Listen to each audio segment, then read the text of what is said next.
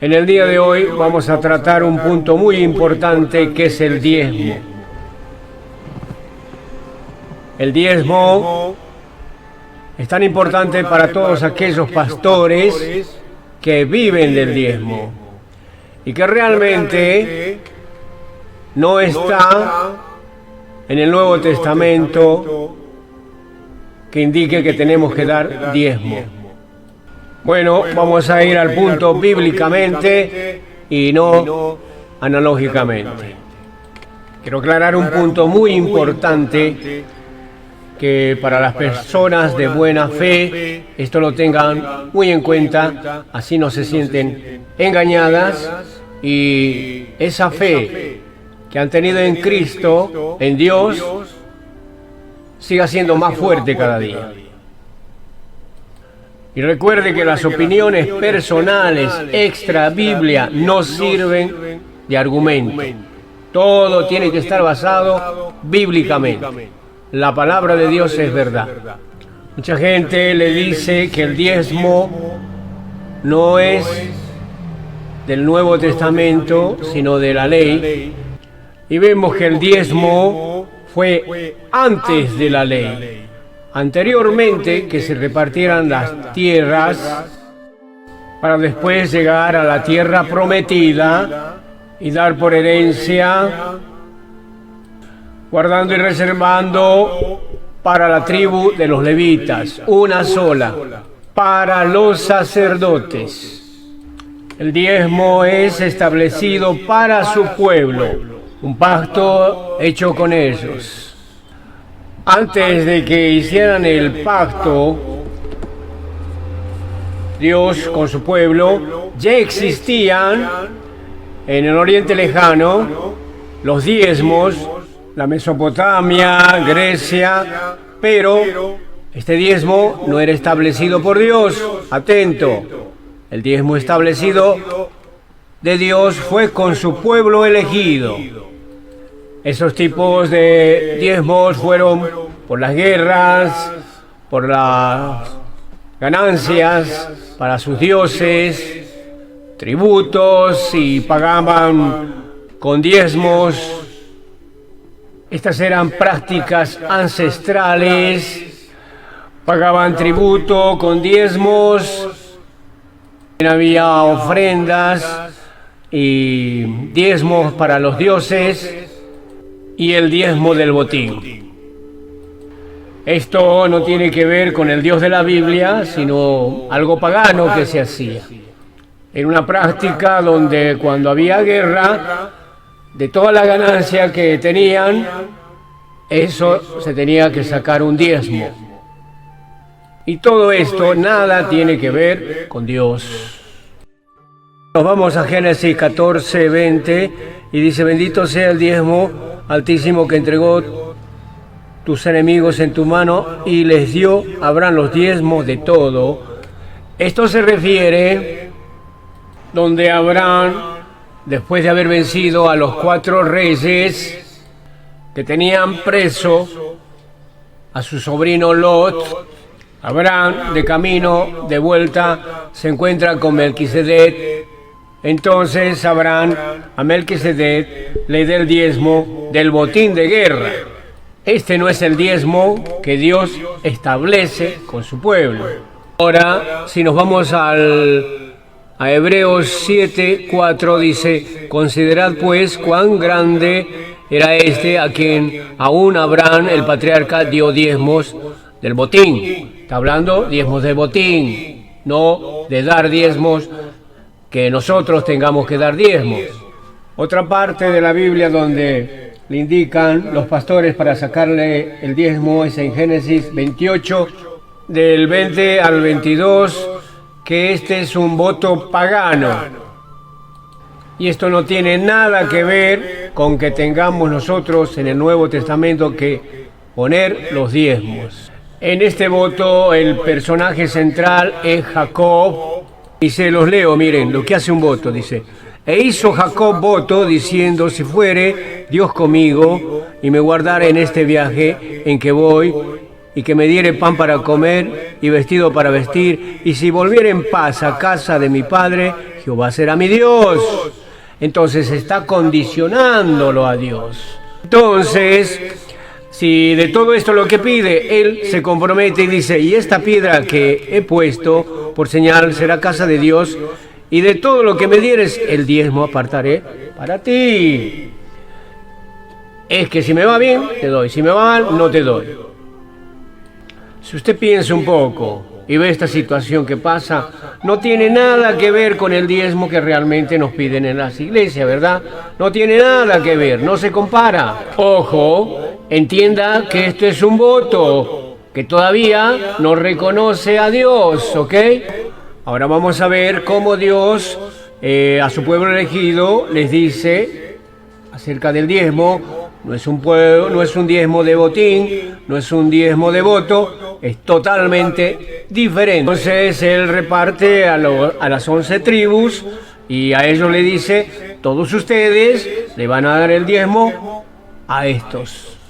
¿Y cuáles eran estos? Los levitas, el pueblo consagrado por Dios, ¿verdad? Usted es levita, usted no es levita. Los pastores no son levitas y se hacen llamar levitas. Ahora fíjese esto era el propósito para el sustento de todas esas familias, ¿ok? Y también para los pobres, las viudas, los extranjeros.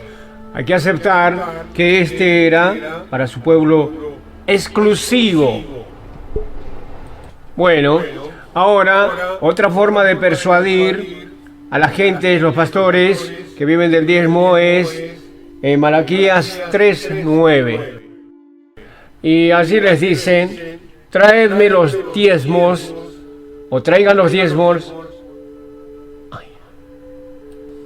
Y ahí les dicen, traedme los diezmos al alfolí. Y les dicen, ustedes me han robado, están robándole a Dios, y le hacen sentir mal. Eso se llama persuadir, presionar. ¿Y la gente qué hace? No da de corazón, da por presión, por miedo. Ahora nos vamos al Nuevo Testamento, a la iglesia cristiana, porque nosotros somos de Cristo, ¿verdad? Somos hijos de Cristo, somos hijos de Dios. Tenga en cuenta que nosotros no somos el pueblo de Israel. La palabra dice que nosotros somos linaje de Cristo, que es diferente. Ahora, si nos vamos al Nuevo Testamento, encuéntreme un versículo donde dice que nosotros tenemos que dar diezmo en el Nuevo Testamento. Un solo versículo. No un mandamiento, ni una mención. Tampoco le enseña que la iglesia se va a sostener a base de diezmos. No lo enseña. Bíblicamente, usted búsqueme y dígame dónde dice eso. Ahora, si nos vamos a 1 Corintios 16, ahí nos dice, en cuanto a la ofrenda para los santos, haced vosotros también de la manera que ordené en las iglesias de Galacia. Cada primer día de la semana, cada uno de vosotros ponga aparte algo según haya prosperado, guardándolo para que cuando yo llegue no se recojan entonces ofrendas. Pero si vemos la diferencia acá, que la mantención de la iglesia se hace a base de las ofrendas voluntarias, no con presión. Porque mire, yo le voy a hacer entender algo. Si usted da de miedo, con presión, a la fuerza, esa ofrenda no sirve para nada. Es mejor no dar de esa forma. La ofrenda tiene que ser de corazón. Y si vamos a Mateo 23:23, dice, ay de vosotros escribas y fariseos hipócritas, porque diezmáis la menta y el aneldo y el comino, y lo dejáis lo más importante de la ley, la justicia, la misericordia y la fe. Esto era necesario hacer sin dejar de hacer aquello. ¿A quién le habla? A los escribas, a los fariseos, a los judíos, pero no a los cristianos.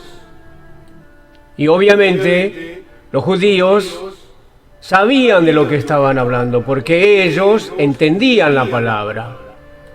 Porque el Señor les está hablando a fariseos. ¿Y qué es un fariseo? Es un intérprete de la ley. Porque el Señor era fariseo. Y como Jesucristo domina la ley, el Torá, el Ataná, como quiera que sea, cualquier otra, entonces Él le dice y se refiere a cuál es la enseñanza espiritual, lo que mandó Dios y lo que dice Jesucristo. Y a ellos les explica lo establecido que está el acto de misericordia y de fe. Entonces les hace ver cuáles son los actos de justicia y cuáles son los actos de misericordia, porque una persona que tiene tierras, ¿acaso no va a dar un poco? Si tiene tanto terreno para cosechar, legumbres, manzanas, papas, todo, ¿cómo no puede ser tan misericordioso de compartir con los que no tienen? Y ustedes no piensan que esto es un acto de fe al ver que Dios les ha bendecido, les ha dado sus tierras, les ha sacado de la esclavitud. Claro que es un acto de fe y de justicia lo que les está diciendo Jesucristo. Y misericordia. Ahora, también vemos un acto de justicia, de generosidad y de fe al ofrendar. Claro que tenemos que ofrendar, como dice la palabra. Pero ¿qué pasa en algunas iglesias donde se da la palabra y dicen que son santos, justos y perfectos? Si usted no participa, no va a los cultos con ellos, no le hablan. En la misma iglesia no le colaboran. Entonces, ¿qué clase de justicia estamos dando? ¿Qué clase de gracias le estamos dando a Dios?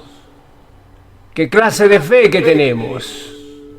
Ahora, en medio de las iglesias evangélicas, ¿qué clase de gente tenemos? Gente pobre, gente vieja, gente enferma y gente que tiene dinero, ¿verdad?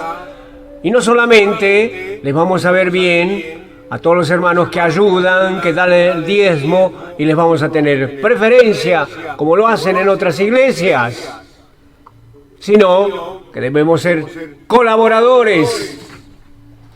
La palabra dice,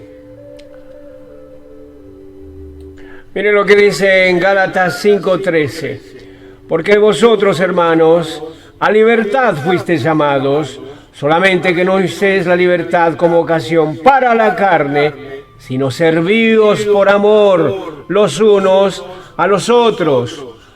Acá no nos está dividiendo de razas. No dice usted es de este país y usted es del otro país. No dicen las iglesias, júntense todos estos solamente mexicanos y solamente acá los americanos, diferente, y los occidentales a este otro lado. No dice eso. Todos, dice acá, como dice, sino servíos por amor los unos a los otros. ¿Y qué es por amor? Por amor de Cristo, ¿verdad? Porque Él nos hizo santos, justos y perfectos, ¿verdad?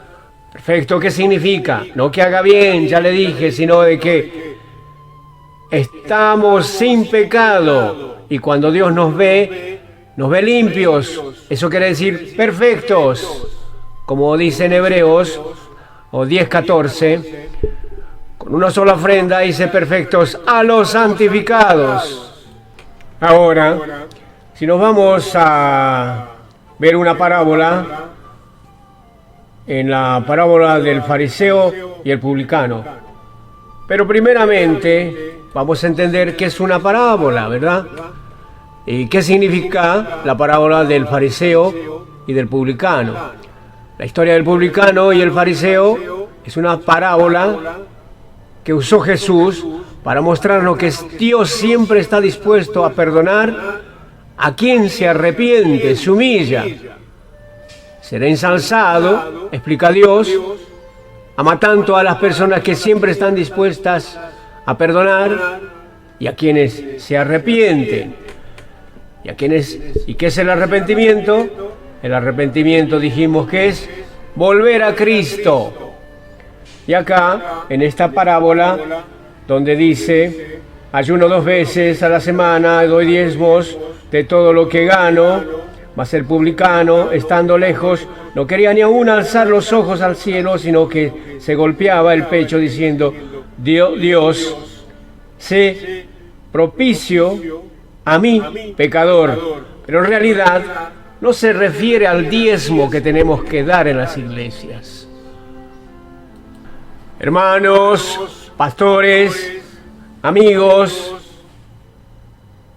seamos honestos en este mundo porque vamos a tener que dar una rendición de cuentas ante Dios.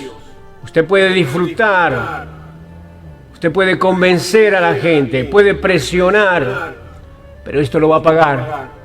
Esto lo tiene que pagar ante nuestro Dios. Ahora, otro argumento también que utilizan los pastores que viven por el diezmo es de que si usted el diezmo, usted va a estar bendecido. Pero ¿qué pasa? Que cuando los pecadores dan el diezmo, ayunan, ofrendan, todo lo que hacen, Dios no los escucha ni recibe todo eso. Entonces es una mentira que le digan eso. Ahora, usted, cuando ya entiende la palabra, el perdón de los pecados, ya está bendecido, ya lo tiene todo.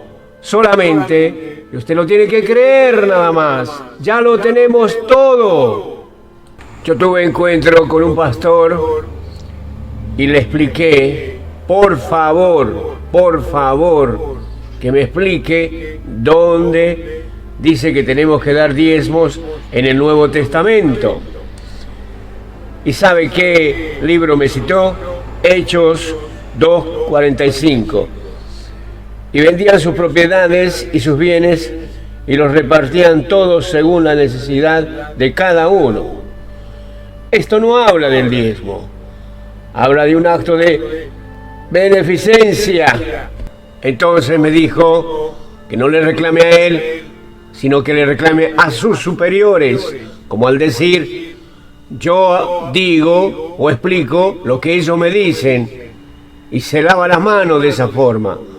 La palabra de Dios nos dice que no tenemos que dar o por interés. 2 Corintios 9:7-9, le repito. Así que cada uno de cómo se propone en su corazón, no de mala gana ni por necesidad. ¿Entiende? Y para terminar, no estoy en contra de las ofrendas.